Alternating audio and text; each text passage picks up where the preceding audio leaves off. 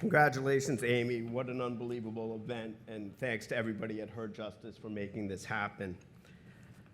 So I'm so honored today to be able to introduce my friend, Dan Aronson, as the 2023 Her Justice Honoree. And let me also congratulate you, Judge Chapman. You have successfully reorganized so many companies on and off the bench, and you have helped so many people in their professional and non-professional lives. We all thank you. Danny. What do I say about Dan Aronson? And everybody knows Dan. Where do I begin? We all know about Dan's incredible professional accomplishments. He's led some of the country's largest restructurings. He was heavily involved in Adelphia, Lyondell, many other companies. He's one of the best testifying witnesses in the entire industry. His valuation testimony in Chemtura was first class. I still use it as a case study in my reorganization class, not only for the substance of the testimony, but for the way Dan connected with Judge Gerber from the witness stand. Dan, with Steve Goldstein, Rupesh Shah, Greg Berube, David Ying, and many other talented professionals at Evercore, have completely transformed Evercore's restructuring practice. They have a team-oriented approach. There are no jerks. They work together, except maybe Dan. No, they're a market leader. They are really everywhere. And when I thought about it, I should say, like, this success should not be a surprise to anybody. Dan started in this great business in Art Newman's restructuring practice at E&Y in the early 90s. And that firm amassed an unbelievable assemblage of talent. People like Bob Del Genio, Mike Grice, Steve Zellin, Andrew Yearley, Michael Eisenband, Steve Sims, Rob Warshauer, Alan Holtz, Ben Jones, Al Koch, Ted Stenger, Rob Coast, and many others. So of course, Dan sought to replicate this blueprint for success at Evercore, and he has achieved it with great honor. But I think what makes Dan unique is his personality, and I think everybody would agree with that. Dan has people skills and relationship skills that most people don't possess. He knows absolutely everybody. He knows the leaders of private equity firms. He makes friends with other investment bankers. He knows all of the creditor institutions that dominate our practice. And this creates value for his clients, because a client can call Dan, and it takes 15 minutes for him to call around, figure out what everybody wants, where's the deal, where's it gonna sit, and he can deliver that value immediately.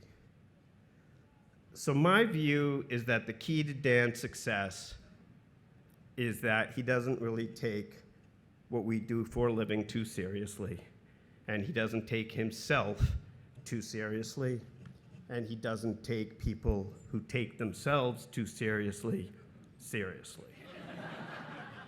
And I think everybody knows what I'm talking about. And so I thought I would describe one of my typical interactions with Dan. And usually it goes like this. My phone rings, I look at the phone, and I see Dan's name, and I start cracking up before I even answer, realizing I gotta be prepared for what Dan's gonna hit me with. And he'll say something like, "Hey, Paulie, I got some info, I gotta run it by you. I heard there's a company out there. I can't tell you the name, I don't know the name, but I heard they invited Schrock to pitch, and they called your boys at Kirkland, and they invited them to pitch, and you're not invited, and I just wanted you to know, and I wanted you to know, and I wanted you to hear it from me." And it's like, "How do you feel about that?" And I'd say, "It's all good, Danny. I know that company. I heard they hired Lazard."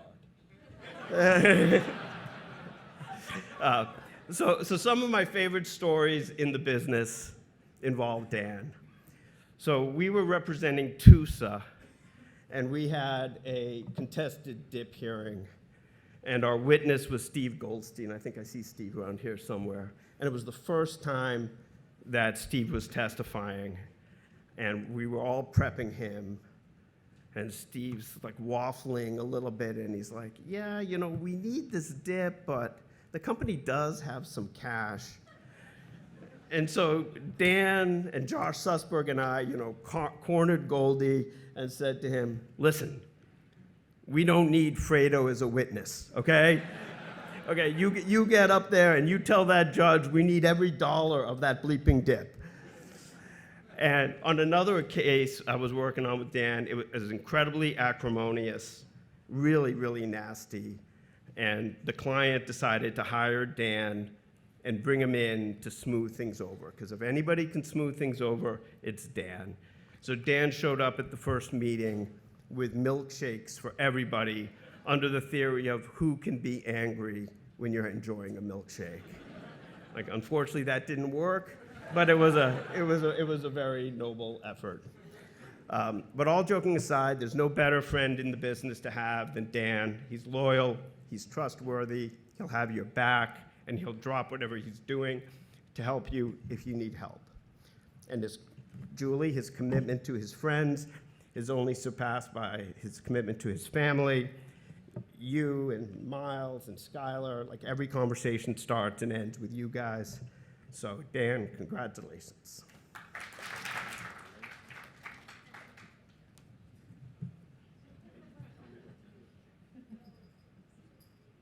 Well, thank you, everybody. I gotta tell you, I was kind of prepared to be roasted. So if you can stop the monitor for a second, I gotta change the beginning of my speech. And just a heartfelt thank you. Amy let the cat out of the bag. You know, the last time I was up in front of you all, there was some cursing, there was some political statements, there was a call out to all of my competitors. We're not doing that this time.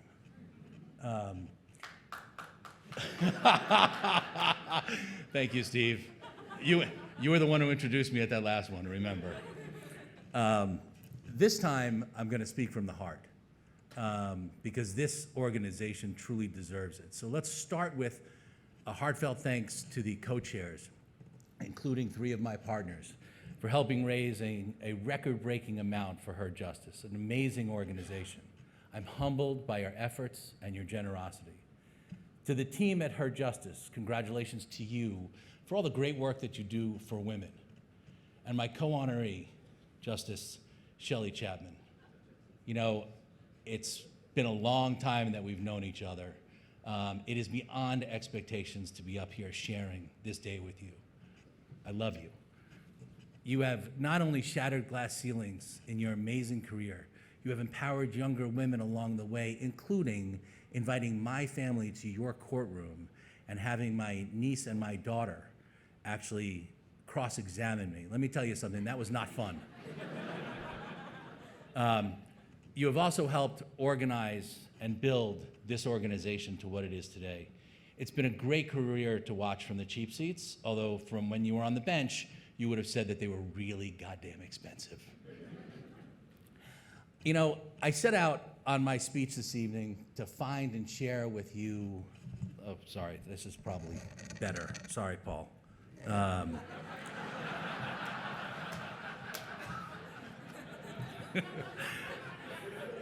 Couldn't help it, people. I set out on my speech this evening to find and share with you inspiring stories that highlight the transformative impact, yes, these are my words, people, of Her Justice in the lives of women facing challenges with the family court system.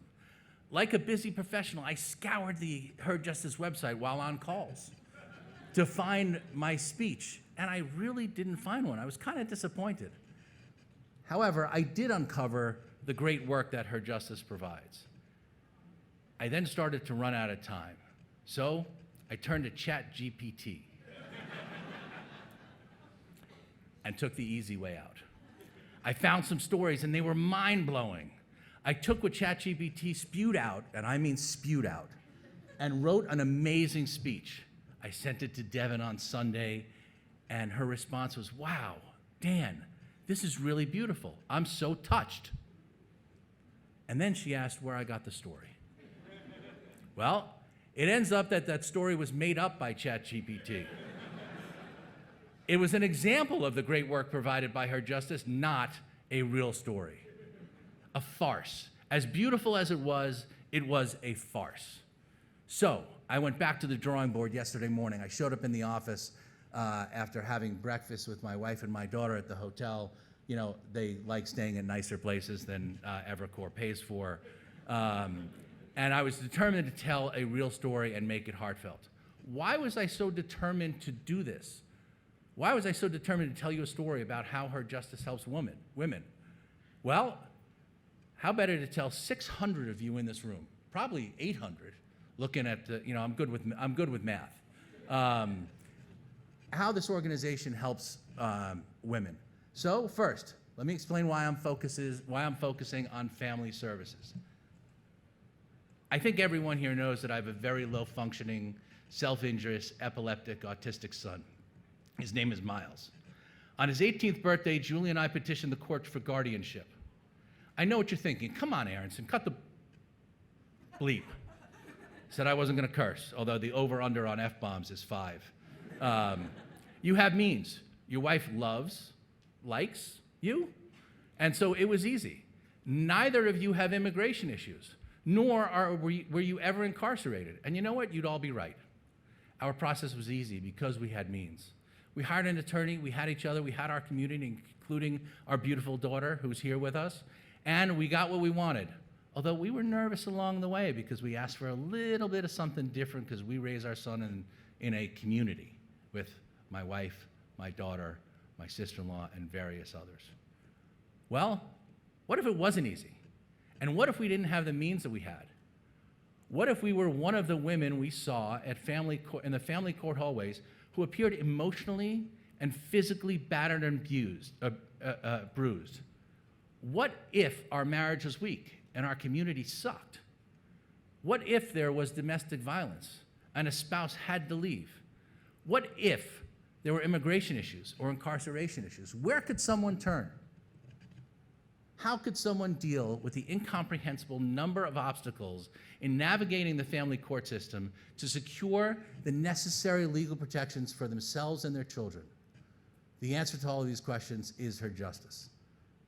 So let's look at a true story, Teresa's story, a real Her Justice client, not a fake ChatGPT, artificial intelligence one. Only a couple of months into her marriage, Teresa's husband became abusive. First, it was verbal and emotional. Although Teresa didn't initially recognize it, that was happening from the beginning. She had a difficult upbringing and didn't understand that there were other forms of abuse beyond physical. Eventually, her husband abandoned her and her 2 children and left them with nothing, and they ended up in a family shelter for 2 years.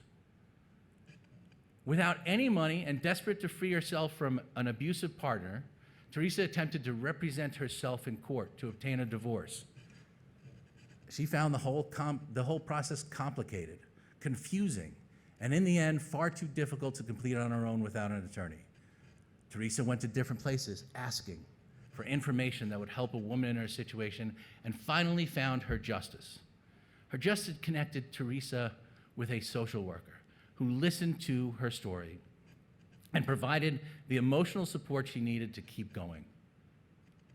Teresa was then connected with a volunteer team of lawyers who prepared a host of documents related to all aspects of her divorce and stood by her through the process, ultimately filing an action with the Supreme Court of the state of New York. With the free help of an expert attorney, Teresa was awarded full custody of her children and child support so that she could create a safe and stable home for her family, something many of us take for granted. By addressing the legal, emotional, and practical needs of survivors, Her Justice provides a comprehensive support system that empowers women to break free from abusive situations and build brighter futures. Through their unwavering commitment to justice and their comprehensive range of services, Her Justice ensures that no one is left alone in the face of daunting legal challenges. One client even said to some of her justice employees, "Thanks to her justice, I learned that you don't need to have money for someone to care about you." So, before I leave you this evening, I want to thank 3 very important people in my life.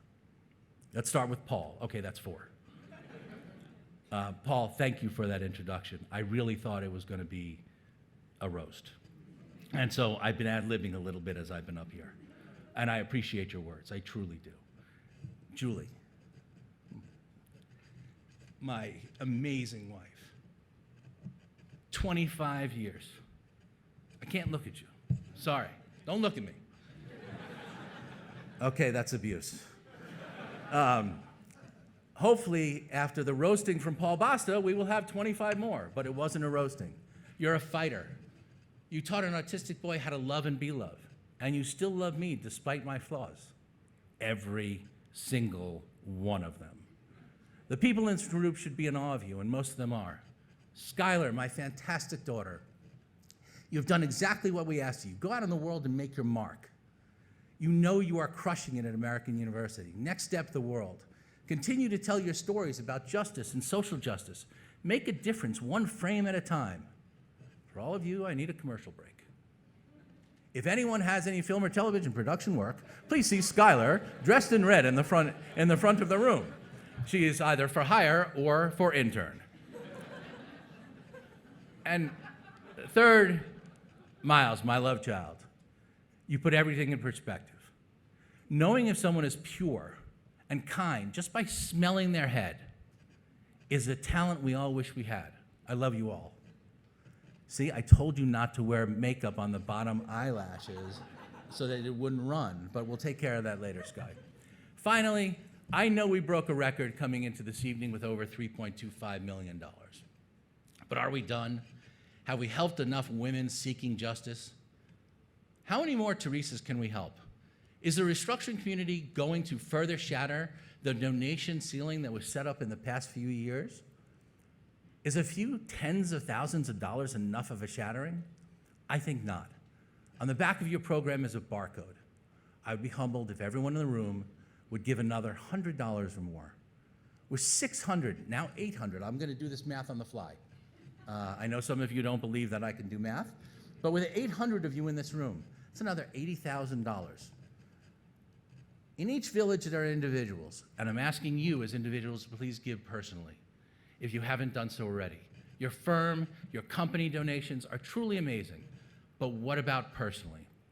Can you help us this evening? Well, I know the first person who's going to help. Skylar, I expect you to give $100 today. Now, she only makes $4 an hour plus tips. So if she can do it, everyone in this room can do it. I hope you will join her. Thank you. Thank you all.